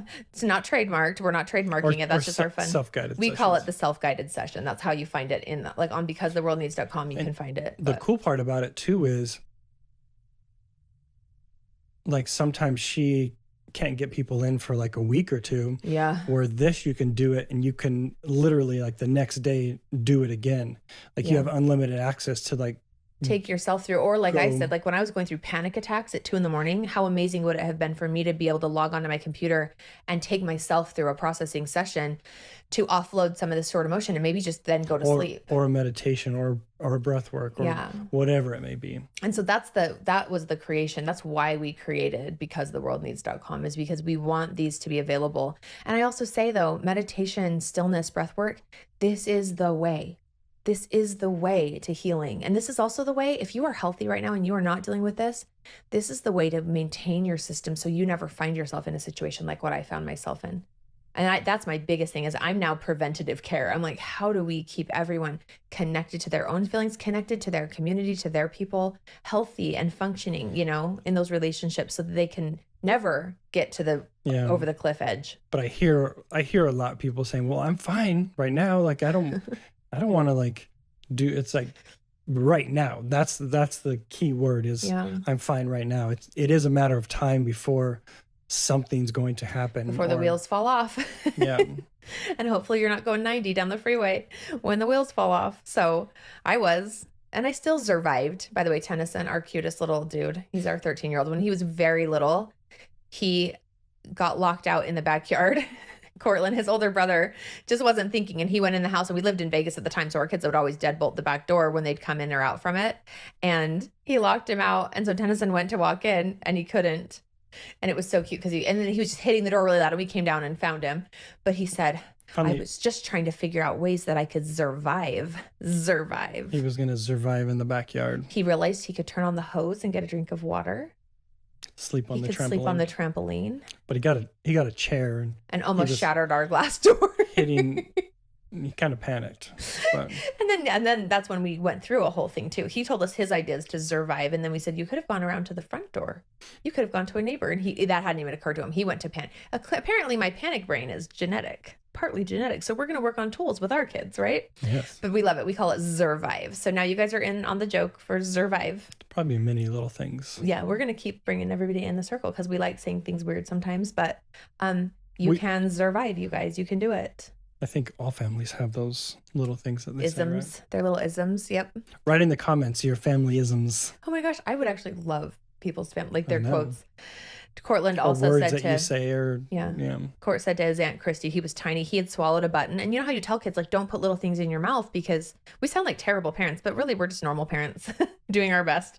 But he had gotten a hold of a button somewhere, and he was chewing it around in his mouth, and then he accidentally swallowed it. He didn't inhale it; he swallowed it into his tummy. But he didn't know why all the fuss around, so he thought that swallowing a button could cause him to die. So he came to us and said, "Oh my gosh, I swallowed a button. Am I going to be okay?" We're like, "Oh, it's totally okay. You'll just poop it out, bud. It's okay. That's fine." And then we went down to my parents' house. We went and visited my parents' house, and he saw his Aunt Christy, who he loves so much. And he said, "Aunt Christy, I swallowed a button, but I am not to die." And so Christy still quotes that to this day. "I swallowed a button, but I am not to die." And now we say that about a lot of things, right? I had a hard day, but I am not to die. I almost said that earlier when you said something. I was like, "Oh, but you were not to die." You were not to die. It felt like you were dying, but you were not to die. So we say that a lot too. So sorry if it slips in. Hopefully those of you who join the journey from the start will know all of our weird isms. People jumping in on episode 400 are going to think we are flipping weirdos, but that's going to be 1 billion. On episode 1 billion. Mm-hmm. I don't think there's time for that, babe. 1 billion and one. So I think so. So coming off of Lexapro, the last thing I'll say, I tapered slowly off of that, but then I was just sick of it. My prescription was running out. And so and my doctors actually do not have it right. So I wouldn't take your doctor's advice. I would find online Lexapro or SSRI support, because it should be a slower taper than what I did. They said like to go to a half dose for a week and then just go off. So I was like at a 1 milligram, then I went to a half milligram, and then I went to nothing. And what I did though, I did every other day. My little brother, who's a pharmacist, said, to just soften it a little bit, do every other day of the 0.5. So I did that for a few more days. But then when I had my last pill, I just took my last pill and I was done. And like 36 hours later, and I did have really bad anxiety all through the taper, because I'm also afraid of the taper. I'm afraid of everything. So a lot of this wasn't just mental and nervous system. It was in my mind, because I have a lot of stored trauma around all the medications that I was still healing. And I did heal eventually. Mostly, I think there's still a little more to deal with actually with that, but it just hasn't come up. But it hasn't fully surfaced to be dealt with. But I went off at the last dose, and the worst one, brain zaps got really bad. So just these, and anyone who's tapered off of an SSRI, who's dealt with it, but zaps, it feels like an electrical jolt in your brain, and they are very unsettling. They are just. Must be weird, yeah. Oh, it's so weird. And it's just these, and if you turn your head too fast from side to side and look at something, it'll like be this, it feels like someone puts a massager to the base of your skull, and it's just unsettling, but it comes out of nowhere. And it's not always even necessarily anything. And it happened a ton in the morning. I'd wake up in the morning, and you already have really high anxiety. I would have morning anxiety where I wake up anxious, and I would wake up and I would feel really anxious, and zap, everything I did. Okay, write in my journal, zap. And I did a lot of journaling at the time to help offload. And I would say, I hate this. I'm frustrated with this. I'm just ready for this to be done. I would journal. I would feel my feelings. I would go hit my yoga mat and do a bunch of chants and meditations and singing. And there's another thing I have it on becausetheworldneeds.com, but the Nabi Kriya is a yoga kriya in Kundalini yoga that strengthens your solar plexus area. Is this when you were listening to Joel Osteen also? Oh my gosh, and I loved listening to Joel Osteen. Was it during that? He's so positive, you guys. Like, whether you're a Christian, whether you're not, whether you think, oh, he's a prosperity preacher, whether or not, like, he is positive. He's goodness and joy, and he just will load your brain up with positive, positive. And if he's not your thing, if that's triggering, then just leave it alone. But he was really positive for me, and I just kept reminding myself, I shall live and not die. I am good. Like, and my mentor taught me one that, and it's a classic affirmation, but every day in every way, I'm getting better and better. And journaling, look at, I can drive a car now. I can take my kids to school. I can leave the house. I can go meet a friend for lunch. Look at every day in every way, I'm getting better and better. And I would remind myself of that, and I would journal that, and I would note the ways, because then when you're having setbacks and you're having a hard day, you want to go back into the nothing works out for me. I'm a victim. Nothing's ever okay. So every day in every way, I'm getting better and better. So I did that a lot. And I did the chanted, mudra meditations, because that just gets you in your body. You're firing, you're activating your nervous system. You're interacting with your nervous system in a logical way. When you're doing something and saying something, and it takes away. Your trauma brain can't run the show. The cyclical panic thinking thoughts of, why is this happening? Oh, that too. And Kyle would have to say that to me. I would get anxious about anything. He would say, it doesn't matter why. I would my health anxiety, I would hyper focus on any symptoms, any feelings. I had a racing heart for months after going off of the Lexapro too. Yeah. She would say, oh, why is this happening? Is it because of this? Did I eat something? Did I take something? It doesn't matter why it's happening. Yeah. Just let's get through it. It just is happening. And but questioning the why is it happening, takes you further down the path of worry, and we're just going to stop. I say it to Cesar Millan. I want to do a whole episode on just disrupting thoughts that you don't want anymore. And so snap out of it. And Kyle was an amazing coach in just snapping me out of it when I needed to be snapped out of it. And he loved me so much. Like, he was so generous with he wasn't like impatient with me, but he knew like what I needed to hear when I needed to hear it. Like, he knew what to say and what to do. And it was such a gift to me. But he would just say, it doesn't matter why, we're just going to breathe through it. But we're not going to go down that, that pathway, because it's just going to take you to more and more thoughts about why, and it's going to cycle back. It's just cyclical thinking. So, but one night after I was fully purged, after the Lexapro was fully out of my system, because it has a half-life, right? So as my system fully, it might have been 48 hours later, 72, I shot up out of bed at like 2 a.m. I would also get, my inner ear, like my equilibrium was off. So I would get dizzy and like fall over, especially in the morning with the brain zaps. I had really bad balance problems for a little bit, but, I woke up like 2 a.m. and I had the sound of shattering glass in my ears. And I thought, no joke, I was like, I think someone just shattered our glass door. We have a sliding glass door that's like right off to the side of our house, like in our living room. Our bedroom wall shares a wall with the living room. We're in a 1-level house. And we share a wall with the living room, and the living room has a sliding glass door going into the backyard. And I heard, and it sounded like the little pieces of glass shattering and like trickling across our tile floor. And I was like, oh my gosh, it sounded like a bowling ball got chucked through the door. And I sat up in bed, and it was crazy because I hurried and got up like, oh my gosh, I've got to get Kyle. But Kyle was in our guest bedroom, which is like in the front of the house. So I'm like, I'm going to have to walk by the invaders. And I was really freaked out because but it's the sound. I wasn't hallucinating that there were people. It was like the sound was so profound that I was like, oh no. And how do I get to Kyle? How do I protect our kids?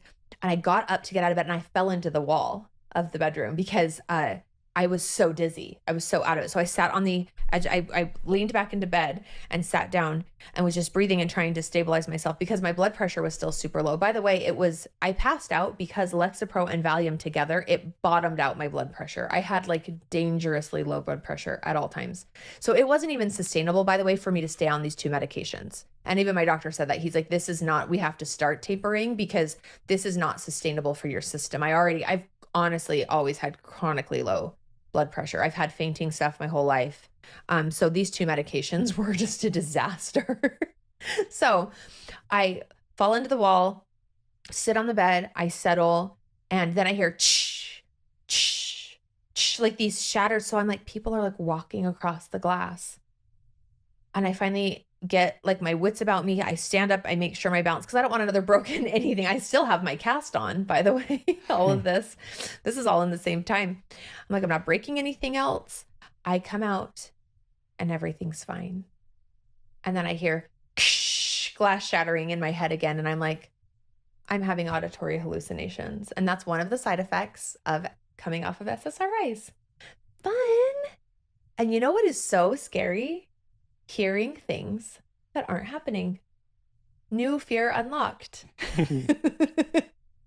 That would be. But it was so disorienting and really scary. But guess what? Once again, because of the work that I had done, I could get right back in my seat. I could get right back into my study because of these tools. And these tools are the thought work, right? Meditation, eye movement processing, chanting meditation, and also like all of the coaching and the support Kyle had given me verbally, mentally, I could lean on that. And as a doula, I train my clients. I know mental resilience inside and out. And so I had built up these mental resilience tools that even having auditory hallucinations in the middle of the night by myself, I was actually able to realize what they were and breathe through it. I did sit down and do some meditation, and I went back to bed.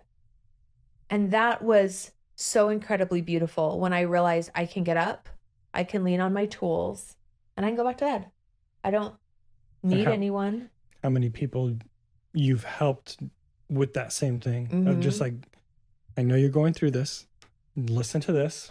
Yeah. Or have you been listening to? Have you been doing your meditation? And they're like, oh no, I haven't. I got to get back to that. Yeah. Yeah. And I will say, so many days I looked Kyle in the eyes and I said, I cannot do one more day of this. I cannot do this one more day. Like, I cannot survive this. I cannot do it. And I did. And I want to say to everyone within the sound of my voice, you can do it too. You can. You can do it. You will get better. You can get better. Healing is possible. Your body turns over cells every day. Your brain is neuroplastic. Your brain can be programmed. It can be deprogrammed. It can be reprogrammed. And there are tools, but I'm so grateful. I said to him, this is something I would never wish on my worst enemy. And it's also something I would never give this up. If I could delete 2020 from existence, I never would. Because now I feel like. Not doing the Botox? Huh? Not doing the Botox? I wouldn't delete one thing. I still wish I could do Botox. I'd be so smooth. But the end, I'm never going to. You guys get to watch, by the way, the science project of watching a woman age naturally. Because there will be no injections happening to this face. Not one, not filler, not Botox. And that's really peaceful too. Like, I've come to terms with that. I'm like, wow, it's actually really amazing that I don't have to try to navigate that. Because I know as women, it's a lot to navigate. And I don't blame anyone for doing it. I will be so happy for you and your smooth foreheads. Like, I don't recommend Botox to anyone, but if you do it, good for you. I mean, like, and you're healthy and fine, then it's, that's great. I don't judge anyone else's journey at all. Your brain's also a liar. And I think looking in the mirror and like, oh, I need this to feel better about myself, where also doing this work would help you with that too. So yeah. And that's what I'm excited that it's all inner work from here on out. And there's something really peaceful about that. But I just want to say, I love that I understand people now. I never could have. I've heard of depression. I'm like, oh yeah, I've had really sad days too. No, now I understand. Oh, like, I can't move. I can't breathe. I can't imagine existing for one more moment in this state of being. Got it. But also the panic symptoms and all of that. I love talking to people. And as I explain my journey, I watch them relax. They literally go, oh my gosh, you get it. Oh my gosh, you understand. Like, I can see it in their whole physical system. They start going, whew, she gets it and she's better. And that's what I did when those two friends reached out to me and said, I've been there and I healed. And I went, what? Really? Really? What? Oh my gosh, it's possible. So we want to be that voice for everyone. We also want to be a place for people to know, like, to never get there. It's also okay to never let it get as bad as I let things get. And I didn't even know I was letting things get there. I'm not like it's all my fault and I'm such a loser and I let things get there. No, I was so unconscious of my system. And I was such a survivor and I was so busy, and I find so much joy in so many things in life. And I didn't even realize that my work environment was toxic in Las Vegas, because so many parts of it were good, right? The employees were incredible. My coworkers are the best people I've ever met. And the kids. Sans that one crazy dude who just actually has a lot of problems he needs to work out. But the kids we worked with, eye movement process. He needs a lot of work. But the kids, oh my gosh, the kids' families, the parents of the teens that we worked with, it was so fulfilling. But I was not even present to the fact that, oh yeah, the leadership is hypocritical and they're not walking in integrity. And oh yeah, this is a toxic workplace where I'm hearing the leadership backstab and backbite other people. And that makes me feel on some level, when someone gossips to you, you know that they're probably going to gossip about you, kind of a thing. So when someone naturally is a gossip, it makes you uneasy because you kind of know that that's coming for you too. And so it was just, but it's been so cool to be coming home to myself, to noticing how I feel, to noticing when something even gets slightly off. I go, ooh, what did I see? And I'll notice, oh, I saw something really upsetting on social media. And I just kind of internalized that. And I didn't realize that I need to notice it, be present with it, and let it pass through, let it move on. And now you're a hope dealer. I know, I'm in my hope dealer sweatshirt again because I'm doing a sound meditation tonight at the studio. So I'm already dressed and ready to get to the studio. But yeah. We'll have an episode about sound and what that does too. A whole episode about sound. Sound is so cool. And it's all science, by the way. I know that sometimes when I talk about spirit and feelings, that might sound a little woo. No, I only deal in the sciences. I believe in science. I'm not going to tell you where that's from. You guys will have to put it in the comments of the YouTube. And if you're on a podcast, just yell it out loud in your car while you're listening to us. It's because I believe in science. But I'm all about the science. He's all about the science. And it's all there. But sound science is incredible. There are over 400 published papers about science, about music as medicine, with pain relief, and different hertz and the different hertz frequencies and what they do for your body on a scientific level, not a woo-woo hippie level, which I love hippies too. I'm kind of, I definitely, but I'm not one. It's funny. I'm very mainstream and I feel like I'm meant to be. I feel like I'm that bridge between those two worlds, but I think science has to lead the way and like things should be scientifically backed. And we love bringing that science to other people. We love delving into the science from other people. We're podcast junkies for sure. And this has been a long time coming, but it's been on our hearts for a long time to share our journey, what we've felt. There's going to be so much. I wonder if we should really fast. I don't have to. Oh, we can't look at it. I wanted to give an overview of what else we're going to have, but I guess people will have to stay tuned. But this podcast, do you have anything else to say? We have a lot more that we've outlined and things we're going to go over and talk. Yeah. But anything else to say on closing this chapter? I think we got through it all. Yeah. And I'm sure it'll come up like little memories, but we'll just integrate it into whatever themes that we're talking about. But we are so excited. Yeah. Full on relationship things, amazing marriage hacks, amazing kid things. I think we're going to do a whole episode on what you may not know about your teenager, what you may not know that they're thinking. We did life-changing principles with these teenagers in a Vegas school. And it was so cool for them to come up to us and express their struggles with their parents, the misunderstandings that are happening, what they're hiding from their parents. Like we're going to do a whole episode. So if you have teenagers or you're having them soon, we're going to have some episodes on how to relate to your kids.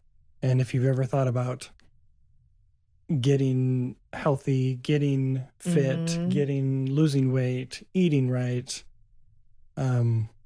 definitely have some really good things. This is your guy for that. He's into that. And then relationship, like personality code stuff. We're going to get into a whole, how to understand your spouse, how to understand your family, your in-laws. When we understand people's personalities and like where they're coming from, what they're motivated by, it's so powerful for our relationships. My relationships, I just feel like have gotten better and better and better as we've learned this. And so we are just excited. We are big into psychology. We love thinking about like, and noticing what makes us tick and noticing what makes other people tick. And so we're going to have a lot of great discussions around that. I'm really excited for what's to come, but we're also going to have a whole episode on Shaq.